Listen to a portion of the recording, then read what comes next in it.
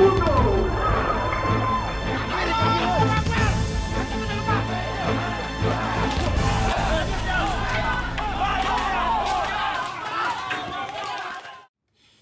menyaksikan Silang Pendapat. Presiden Susilo Bambang Yudhoyono telah meminta penegak hukum untuk mencari jalan legal dan bila perlu melarang atau membubarkan organisasi massa yang melakukan kekerasan terus-menerus. FPI sebagai salah satu organisasi massa Islam balik mengancam akan menggulingkan SBY. Apakah sikap ini juga diambil oleh organisasi Islam secara keseluruhan? Untuk membahas hal ini telah hadir di studio kami Sekretaris Jenderal Forum Umat Islam Ustadz Muhammad Al-Khattab. Terima kasih atas kehadirannya di studio kami, Pak Ustadz.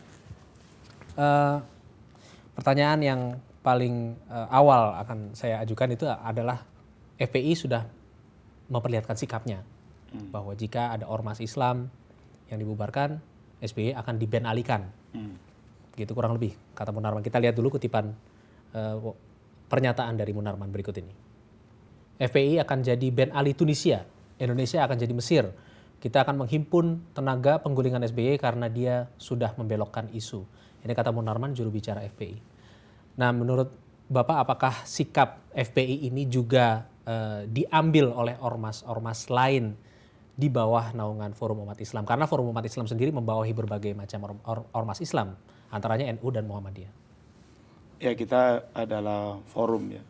Jadi Forum Umat Islam itu sebelumnya sudah kita berembuk tentang sikap bagaimana menghadapi pernyataan Presiden SBY. Kita menilai pernyataan Presiden SBY itu nggak nyambung dengan konteksnya.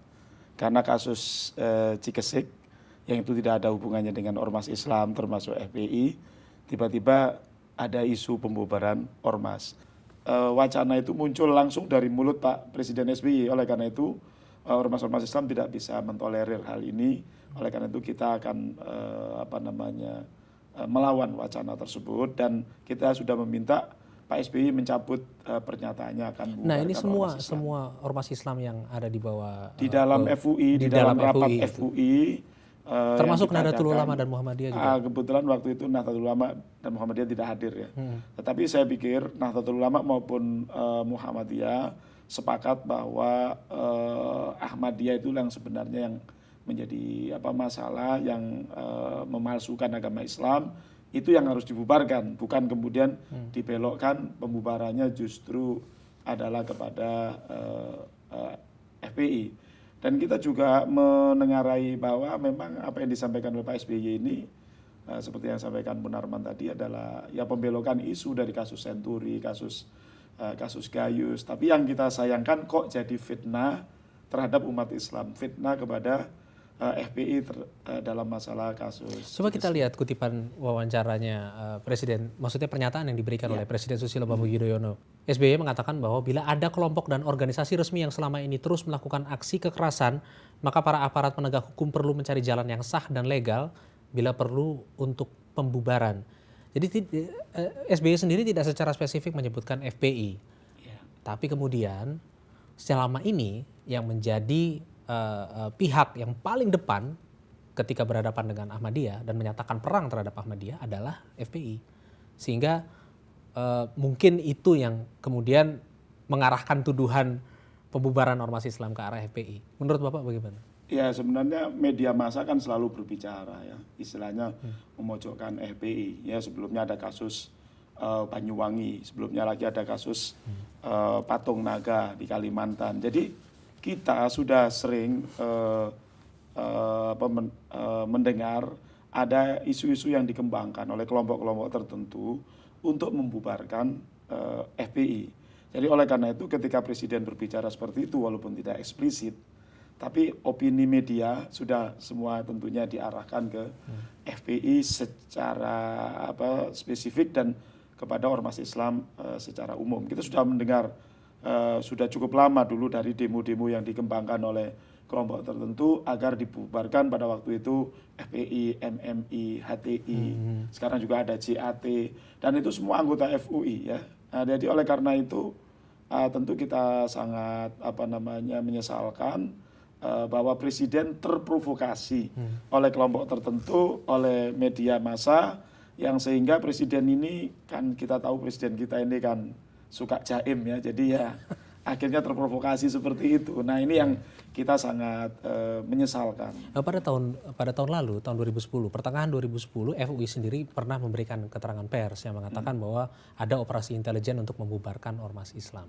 Apakah Anda benar-benar meyakini hal ini terjadi? Bahwa ada operasi intelijen untuk membubarkan ormas Islam? Ya, jadi itu tahun 2010. Sebab kita sudah merasakan itu dari tahun 2006. Dari sejak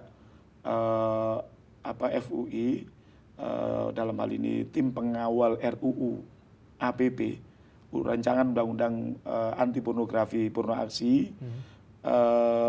kita berhasil menggerakkan aksi sejuta umat dari Bundaran HI ke DPR untuk menyampaikan aspirasi agar RUU APP segera disahkan. Pada waktu itu kurang lebih sekitar beberapa hari kemudian muncul kasus Purwakarta yang kemudian menimbulkan reaksi yang besar dari Garda Bangsa dan lain-lain yang mereka mengusung pembubaran ormas-ormas Islam. Nah, jadi oleh karena itu sebenarnya ini sudah cukup lama dan kalau tahun 2010 itu ya sudah beredar SMS yang intinya mengajak media massa agar mengarahkan supaya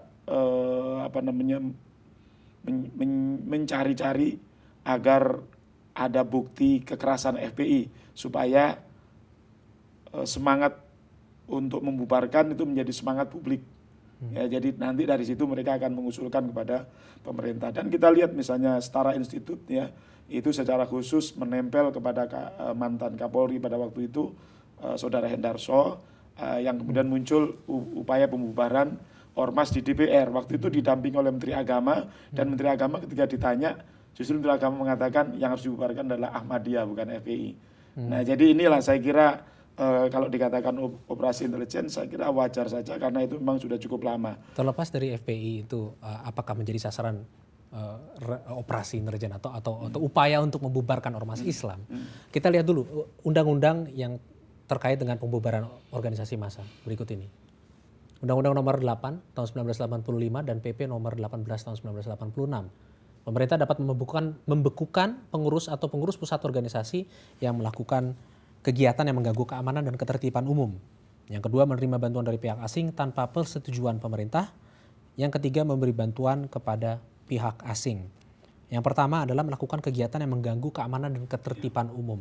Terlepas dari FPI ini menjadi sasaran pembubaran ormas Islam seperti yang Bapak katakan tadi. Jika ada ormas yang melakukan kekerasan secara terus-menerus dan terbukti di depan pengadilan, Anda sendiri menganggap wajarkah kalau misalnya ini dibubarkan?